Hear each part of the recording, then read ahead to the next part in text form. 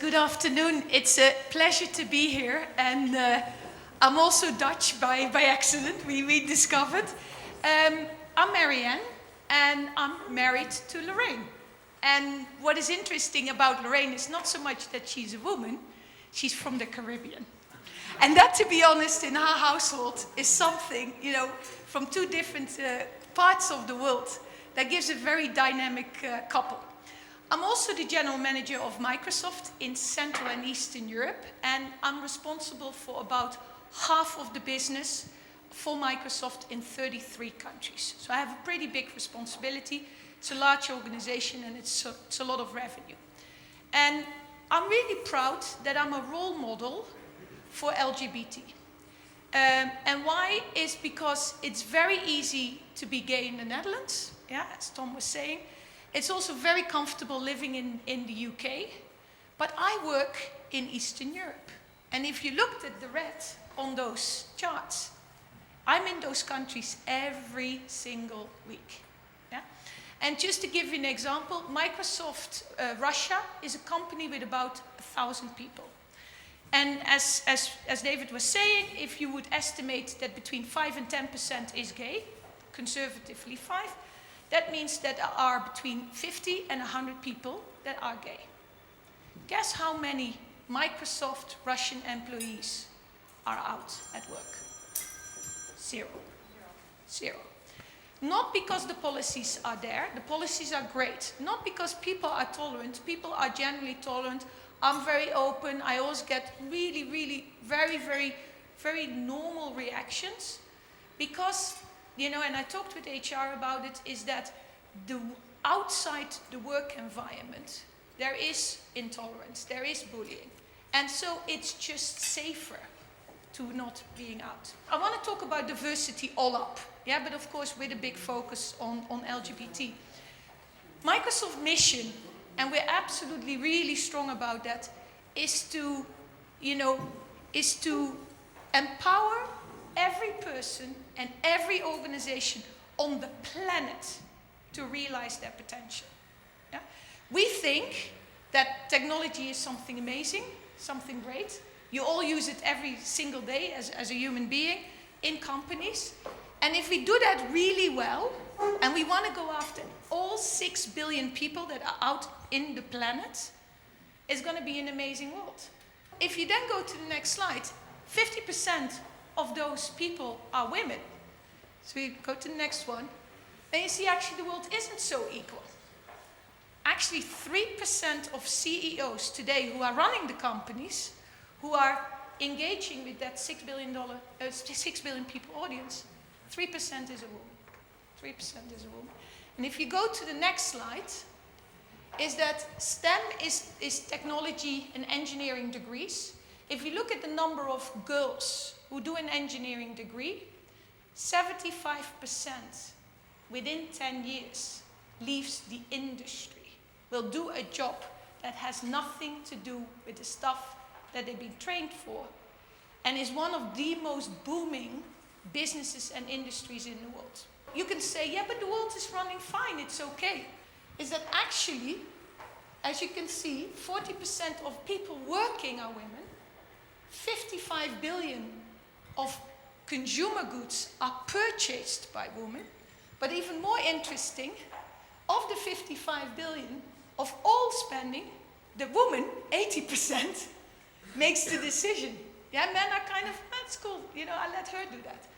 And 85 of even electronics, where you would think it gets tacky, because that was the justification, is actually made by a woman, funny enough. Yet, 90% of products are designed by men. Now that can never work. So I want to talk then about LGBT. And here is something, and I'm talking a little bit about the business case here as well. First of all, LGBT spent an enormous amount of money.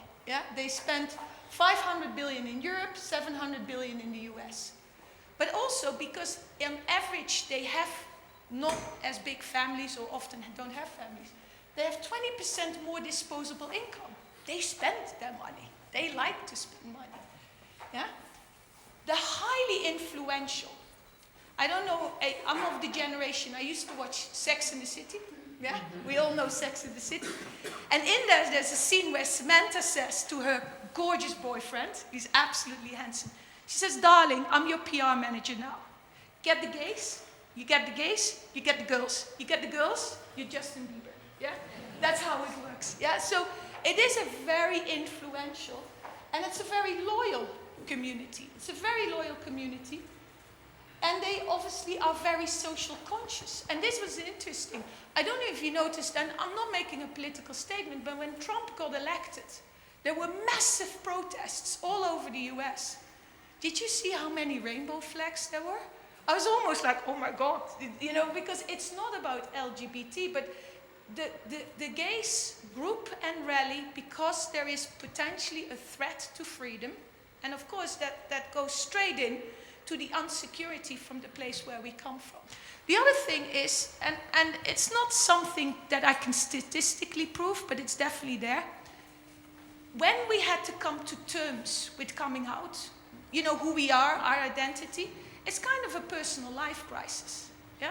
So we have our battle scars, and so the maturity that when you interview and you hire LGBT people, you actually can say, that's also some values and some skills that we have that possibly somebody else who more naturally runs through life doesn't have to cope with. So I think also from an HR perspective, there's some skill sets that LGBT people bring to teams. Yeah. So now what is then the business case? Because at the end of the day, Microsoft wants to make money. Yeah. And so let's go to the next slide. And I want to show you. First is from Harvard. Harvard has done a deep study, and the name is there, you can download it. And it basically underpins what we heard from the previous speakers, that it's important to attract, retain talent, and I will show you the out now percentages. Win the business, as I told you, very well spending consumers, but also to do the market innovation, a level of creativity. Talking about the real business case. In a company where there is no tolerance for LGBT, of all the LGBTs that work there, 10% more will leave. So if you look at normal attrition, typically it's about 18% of anybody who wants to leave a company. If you look at LGBT, and Out Now did this survey, it's a worldwide survey on the internet. There's thousands of respondents who answer it. They took between 5 and 10%. A company with 5,000 people, 300 people are LGBT. If the company is not out, 28% versus 18%, so 10% more will leave that company. That's 30 people per year. Yeah? We know the cost of hiring people. We know the cost of onboarding people. We know the cost of training people. And then when they leave, we have a gap and we need to replace that. The cost of that in Bulgaria is about 5,000. Here in the UK, it's more 30,000. In the UK, if Microsoft UK is not inclusive, it costs us £1 million extra a year for our HR departments to deal with. Yeah. Another very interesting case study, which is not on the slide here, is Credit Suisse, banking, hardcore banking. And they did a research. They actually did, how is the stock price of LGBT companies versus non-LGBT companies. Yeah? All completely statistical relevant. And what you see there is that LGBT companies drive 10 to 21% more profit than non-LGBT companies. Yeah?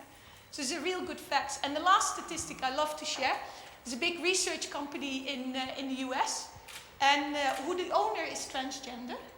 And what she did, she tracked all the entrepreneurs that are LGBT anywhere in the US over a 20-year period.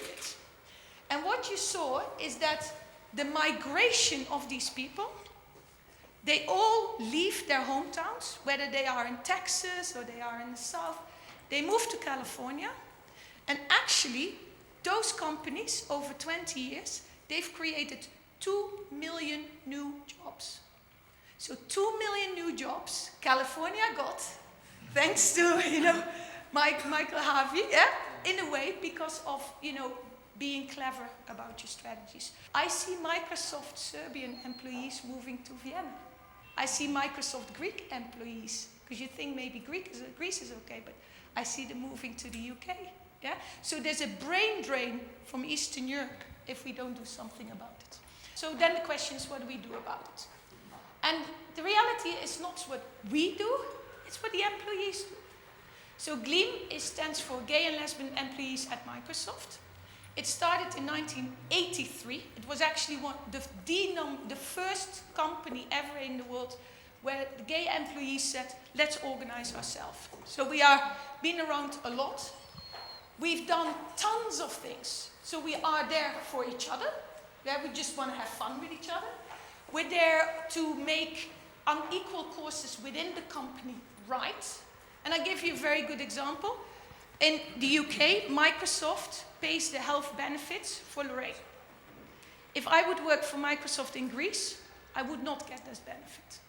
So I actually lose money in my pocket, yeah, of things that are not happening. We fixed that. We addressed that. Starting in the US, we've done that. We're lobbying with the government about how to do taxation, how to do pension planning, so that even if we have the rights, we do that. And the proudest moment was for us when our chief legal counsel, Brad Smith, actually officially filed a complaint to the state of Washington to introduce same-sex marriage. Yeah? And basically he said, if I can't get the Mariannes of this world with the Lorraines to come and work here in Washington State, she's going to work for Apple. Because California doesn't. Yeah? And so it's real money that we're talking here about. The next slide is, we are now really about global. 12 people started in 83. It's now over 1,000 people. We have chapters all over the world. We have lots of aliases. We have global membership. We have chapters. We had 2 years ago, we had no Pride participation. Now we're in Pride Czech, we're in Pride Hungary. We're getting it the first this year in Pride Poland. So we're getting more and more organized. It's becoming more and more okay. Being here today is wonderful because, Microsoft Bulgaria, we will help the employees. So it's really important to get this global. Our Japan chapter is crazy, yeah, and that's not an easy country to do. And what we want to do is be there for the community, but also be there for the legislation, and being there also for our internal policies. Yeah? What is interesting, when we talk about diversity, some of the diversity is visible, male, female. We can see it immediately. A lot of diversity is not visible. Yeah? And LGBT is one of them. But there are so many things of it. And if you think about it, in Microsoft, when we talk about diversity, it's not about bringing girls in the workforce. It's one component of it. It is about the inclusion of LGBT, but it's also something we talk about mental health. Yeah? Or how do you deal with employees who go through a divorce and they can't be authentic and they have tough time coping? You need to allow in the workplace to create these coping mechanisms. And if you go to the next slide, one of the things that we have done worldwide as Microsoft is every single manager who manages people had done a face-to-face training. We just did it in Central Eastern Europe. It was in Prague, in Warsaw, and in Moscow. It was about 300 managers who came together. And we did diversity training end to end. And what we did is we actually brought in actors, really trained actors. But we didn't tell they were actors.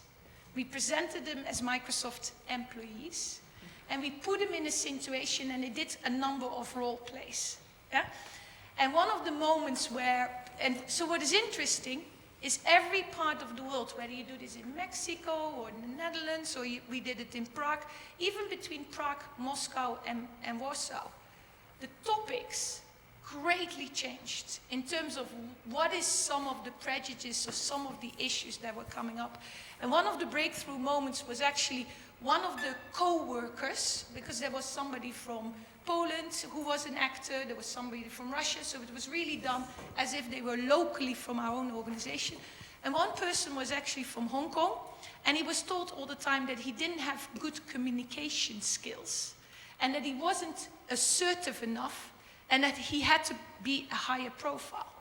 And there was an intervention, and the lady said, now, if you could tell who you really feel right now, not in English, but in Cantonese, could you please tell this audience? And he started to speak. And his body language, I mean, it changed. And his impact and his power, and there was not a single word that we could understand, but we understand what he meant. And we were like, this guy is not introvert. This guy. And what it triggered in Eastern Europe is obviously working in an American company. How do you overcome language barriers, and does that cause you career progression issues, and how you deal with that? The final thing I want to share with you, which is the last thing, is going back to female. We believe that women in the workplace, what we do is encourage girls, and we're really talking about the age of 12, to bring them to technology, show them how cool technology is. And we call it our DigiGirl events. We're doing all over the world. I happened to be last week in Amsterdam, and I was just walking behind 43 giggling and making lots of noise of girls walking into the Microsoft office. And we spend a full day with them to let them play and let them get naturally. Also, we bring them in front of people like myself so they can see I can have a career, and it's great.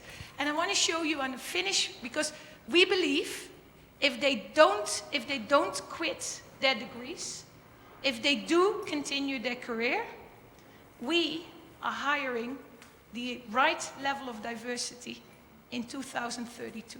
And I want to show you this last video. Thank you very much. Thank you.